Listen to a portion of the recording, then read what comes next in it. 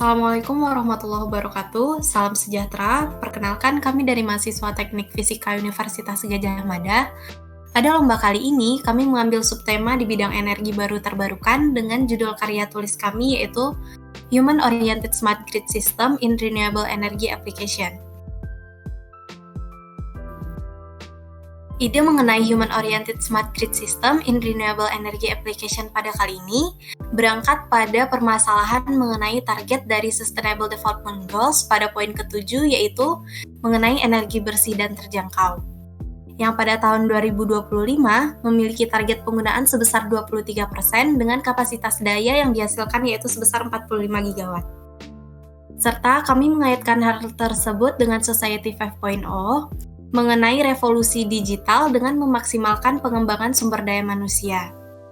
Dari permasalahan tersebut, electric vehicle merupakan salah satu penerapan revolusi dan pengembangan teknologi, khususnya dalam dunia transportasi yang menggunakan bahan bakar dari energi listrik dan bersifat eco-friendly yang dapat memanfaatkan penggunaan renewable energy untuk sumber listriknya. Berangkat dari latar belakang tersebut, maka tujuan dari karya tulis ilmiah kami pada kali ini yaitu yang pertama, untuk mengetahui peningkatan efektivitas penggunaan energi dalam Society 5.0 dengan menerapkan smart grid pada EBT yang mengacu pada human oriented. Yang kedua yaitu mengetahui peningkatan performance to demand smart grid dengan menerapkan vehicle to grid pada saat peak hour. Yang ketiga yaitu mengetahui peningkatan efektivitas laju pengisian daya baterai electric vehicle pada peak hour dengan menerapkan smart charging. Untuk bab selanjutnya yaitu mengenai kerangka konseptual. Dasar perumusan ide yang kami ajukan yaitu memakai kerangka konseptual seperti gambar di slide. Pustaka yang kami kaji mengenai energi baru dan terbarukan, smart grid system, electric vehicle, dan smart charging station. Smart grid system merupakan sebuah jaringan cerdas dalam distribusi kelistrikan yang dapat menggunakan komunikasi dua arah dan teknologi cerdas seperti kecerdasan buatan dan peralatan cerdas lainnya. Electric vehicle sendiri merupakan kendaraan yang menerapkan daya listrik agar dapat bergerak dan dapat dipadukan juga dengan bahan bakar fosil jika memungkinkan. Kedua topik tersebut dapat diimplementasikan ke dalam ide yang kami usung yaitu mengenai smart charging station. Dalam Smart Charging Station sendiri, kami mengajukan ide agar pemanfaatan energi baru dan terbarukan dapat semakin lebih dimaksimalkan dan mengurangi dampak limbah bahan bakar fosil yang diproduksi dari limbah rumah tangga maupun limbah transportasi. Pembahasan pertama yaitu mengenai energi baru dan terbarukan. Di samping merupakan grafik permintaan energi baru terbarukan di Indonesia di berbagai sektor. Perkiraan permintaan EBT masih tetap meningkat hingga tahun yang akan datang. Hal tersebut menunjukkan bahwa Indonesia memiliki potensi dalam penggunaan EBT dari segi permintaan, terutama untuk di bidang transportasi dan rumah tangga. Hal tersebut tentu dapat membantu mengurangi konsentrasi karbon dioksida yang dihasilkan dari limbah transportasi maupun limbah rumah tangga. Indonesia juga memiliki potensi besar akan daya EBT yang dapat dihasilkan, terutama untuk tenaga surya. Sebagian potensi tersebut belum dimanfaatkan secara keseluruhan karena faktor-faktor seperti geografis daerah, material, maupun dana. EBT yang fleksibel dapat diterapkan dalam menghadapi Society 5.0, yaitu tenaga surya. Tenaga surya dapat dimanfaatkan dengan memakai panel surya atau fotovoltaik. Panel surya dapat dipasang di gedung-gedung dengan mudah dan tidak memakan banyak lahan. Hal tersebut menjadikan fokus ide kami dengan memakai fotovoltaik untuk sumber tambahan kelistrikan. Smart grid adalah sebuah jaringan listrik pintar yang diintegrasi dengan teknologi digital dan menyediakan energi ke pengguna melalui komunikasi dua arah. Seperti teknologi smart yang lain, smart grid dilengkapi dengan pengindra, otak artifisial, dan tampilan untuk machine-to-human interface. Fitur-fitur tersebut yang membuat suatu teknologi bersifat smart, dan smart grid adalah jaringan listrik yang tidak terlepas dari teknologi-teknologi tersebut. Komponen-komponen dari smart grid adalah smart appliances, electric vehicle, serta smart meter.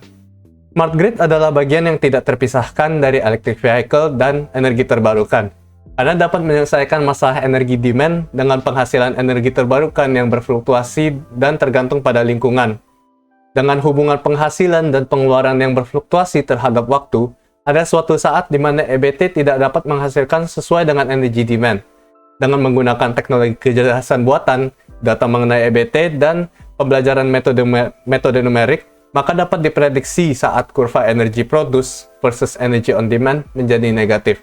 Sehingga komponen-komponen seperti komunikasi data jarak jauh, smart metering system, monitoring system, dan AI yang merupakan komponen-komponen dari smart grid menjadi kunci untuk menyelesaikan masalah pengisian daya dan penyimpanan daya dalam electric vehicle.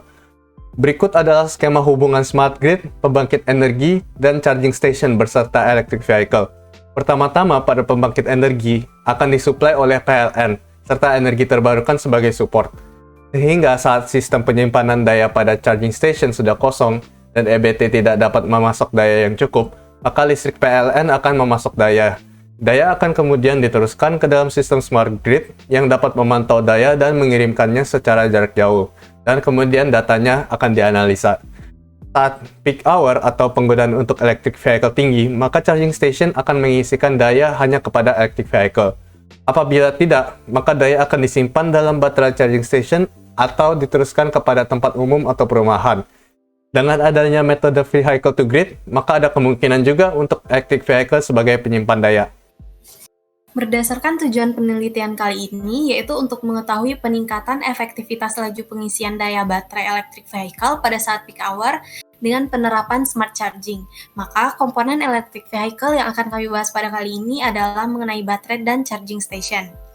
Dari tabel di atas, baterai lithium-ion merupakan salah satu jenis baterai terbaik yang dapat digunakan untuk komponen dari electric vehicle. Dikarenakan spesifikasi energi, daya, efisiensi yang bagus jika dibandingkan dengan baterai jenis lainnya, serta life cycle yang paling baik untuk lifetime yang juga tergolong lama yaitu sekitar 7-12 tahun. Tabel selanjutnya itu tabel mengenai spesifikasi dari charging station, di mana kita bisa lihat pada tabel di atas, sumber arus DC pada level 2 merupakan sumber arus dengan waktu pengisian yang paling singkat jika dibandingkan dengan tipe AC. Hal ini dikarenakan daya tegangan dan arus listrik yang besar. Namun, hal tersebut nantinya akan dapat mempengaruhi umur baterai karena pengisian waktu yang cukup singkat. Jadi, disarankan DC level 2 digunakan pada saat keadaan yang mendesak. Pembahasan terakhir yaitu mengenai smart charging station. Salah satu tantangan dari electric vehicle adalah daya baterai dan pengisian daya. Solusi untuk hal tersebut dapat dengan menerapkan smart charging station. Smart charging station memungkinkan pengguna untuk mengisi daya baterai electric vehicle dengan lebih efektif dan efisien. Ide yang kami usung mengenai smart charging station, kami susun komponen-komponennya dalam perangkat lunak Papyrus. Untuk skema dari komponen, tertera seperti ada di slide. Stakeholder dari smart charging station terdiri dari pengguna, pihak industri, pemerintahan, serta pihak swasta. Smart charging station yang terhubung dengan smart grid memungkinkan pengisian daya baterai electric vehicle menjadi lebih tepat guna dan efektif. Smart charging station yang kami usung didesain dengan memadukan smart grid system dengan pemanfaatan EBT. Smart charging station memanfaatkan sumber energi dari baterai dan panel surya serta tambahan dari listrik PLN ketika peak hour. Dengan pemanfaatan smart appliances, pengguna dapat memilih kebutuhan daya yang diinginkan dengan mudah serta dapat memantau perkiraan harga yang perlu dibayarkan sesuai dengan daya yang digunakan.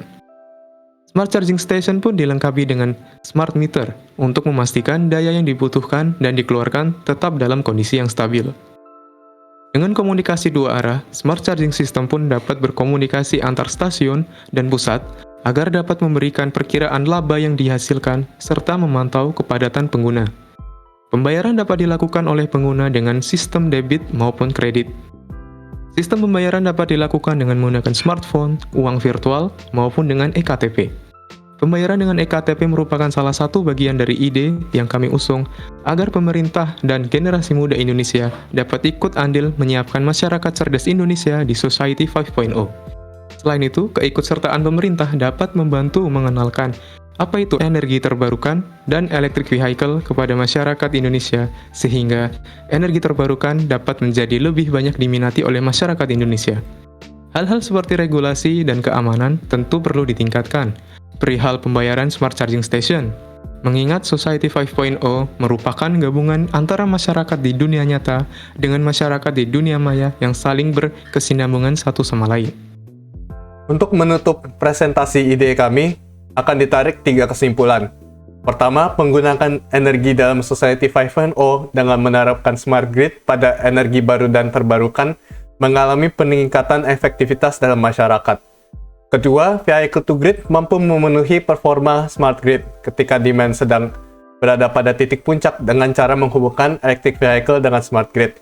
Yang ketiga dan yang terakhir, meningkatkan efektivitas laju pengisian daya baterai pada electric vehicle, sebaiknya menggunakan smart charging station dengan docking direct current level 2. Hal ini dikarenakan jumlah pasokan daya dan arus berturut-turut sebesar 90 kW dan 200 mA, sehingga pengisian daya hanya membutuhkan waktu kurang lebih 15 menit.